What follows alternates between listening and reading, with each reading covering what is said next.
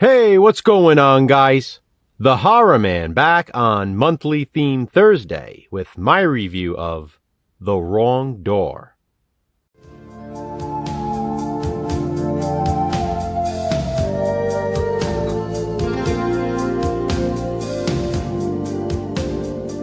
It's a brand new month, which means it's time for a brand new theme. So, all through March, Jason and I will be reviewing movies from independent labels. And not just any independent labels either.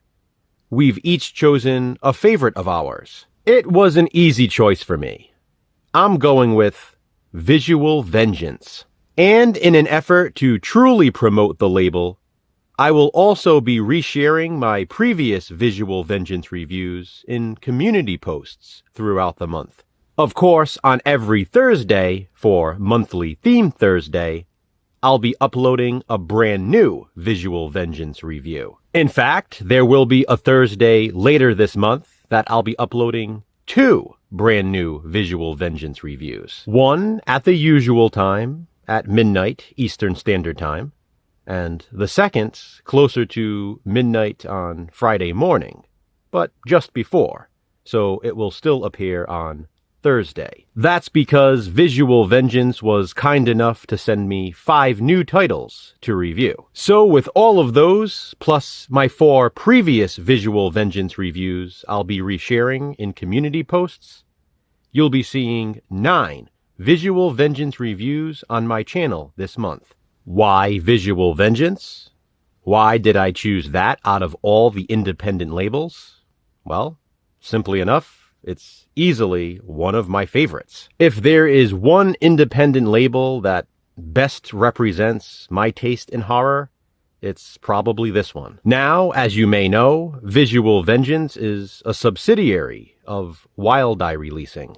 But while Wild Eye distributes mostly newer independent horror, Visual Vengeance puts more of an emphasis on obscure horror of the 80s and 90s. And when I say obscure, I mean obscure. We're talking rarities that many people don't even know exist. That's exactly why I thought The Wrong Door would be the perfect film to introduce this theme. Before I get into my review of The Wrong Door and this amazing Blu-ray release from Visual Vengeance, I wanted to show my VHS release of the film. This is without a doubt one of the rarest tapes in my entire collection, and up until Visual Vengeance released the film, it was one of the most obscure movies in my collection as well. I mean, it's still an obscure film, there's no denying that.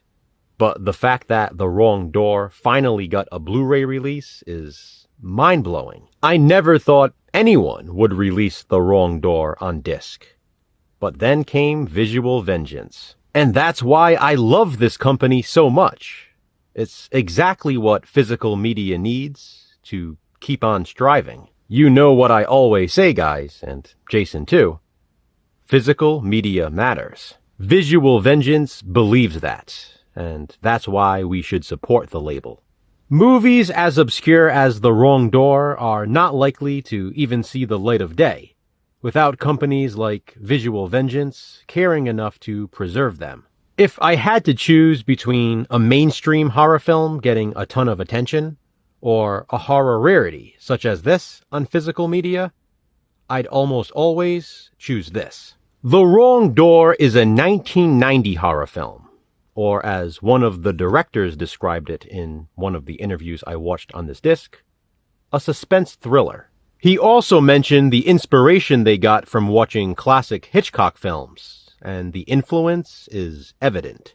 The back of the Blu-ray even says, a really good attempt to make a Brian De Palma-esque thriller, and we all know how influenced De Palma was by Hitchcock.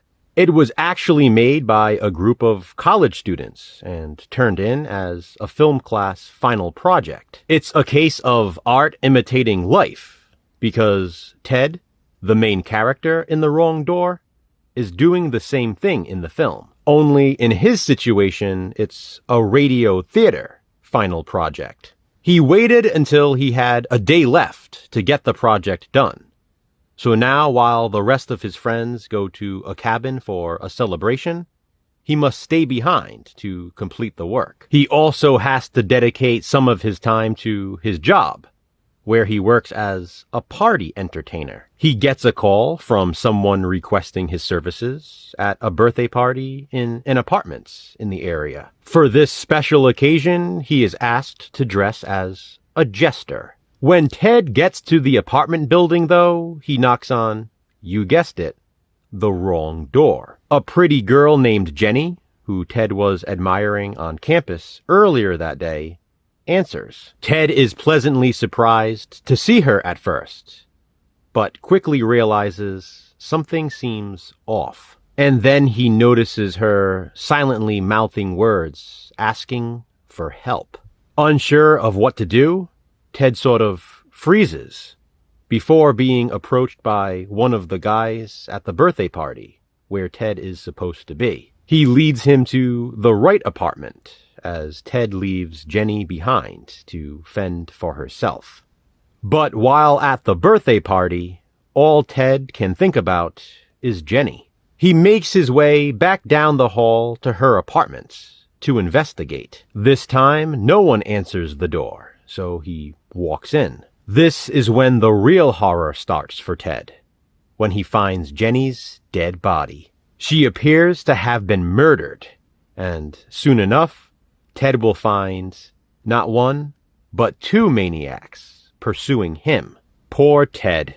If only he hadn't knocked on the wrong door. First of all, I love the concept here.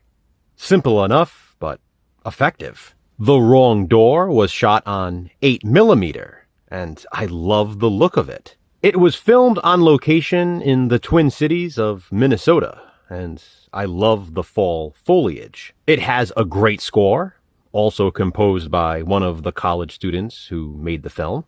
I think Matt Felmley, who played Ted, did a great job.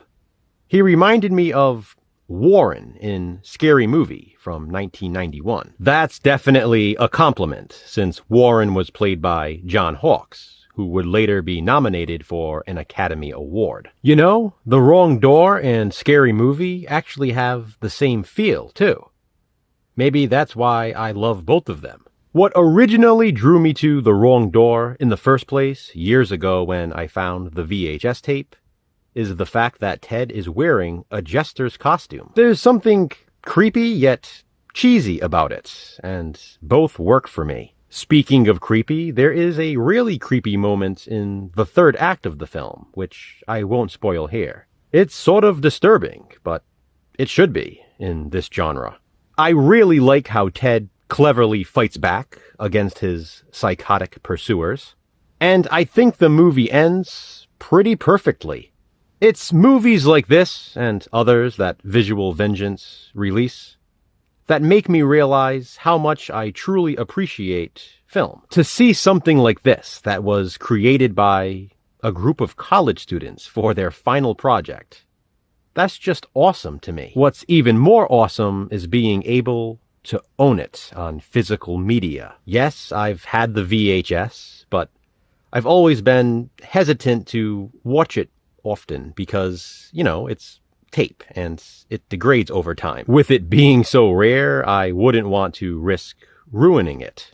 It was unfortunate because a movie like The Wrong Door wasn't streaming anywhere and likely wouldn't be. But again, thanks to Visual Vengeance, now anyone can own it on Blu-ray.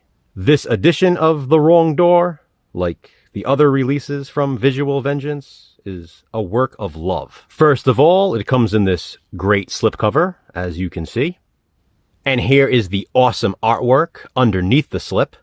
It's reversible, by the way, and the other side features the VHS artwork. As for the special features, well, there are a ton of them. Since there are so many, I won't even attempt to read them all. I'll just zoom in, and you guys can pause the video and read them yourself. And if that wasn't clear enough, well, just buy the Blu-ray. Trust me, it's worth it. Inside the case, we get an art card, a poster, stickers, and a Do Not Disturb the Disturbed The Wrong Door Doorknob Hanger. That was a mouthful. That's what she said. I'm not sure what much else I can say about this. If that didn't persuade you, I don't think anything will. Huge thank you again to Visual Vengeance, not only for releasing it, but for sending me this Blu-ray to review. Obviously, I highly recommend The Wrong Door from Visual Vengeance. Please be sure to check out Jason's video to see which independent label he selected and which movie he'll be reviewing for Monthly Theme Thursday. Have you seen The Wrong Door? If so, what do you think of it? Comment below and let me know. Which Visual Vengeance release will I review next? Check back next week to find out. Until then, remember, physical media matters. Thanks for watching, guys. Hit that thumbs up and be kind. Subscribe.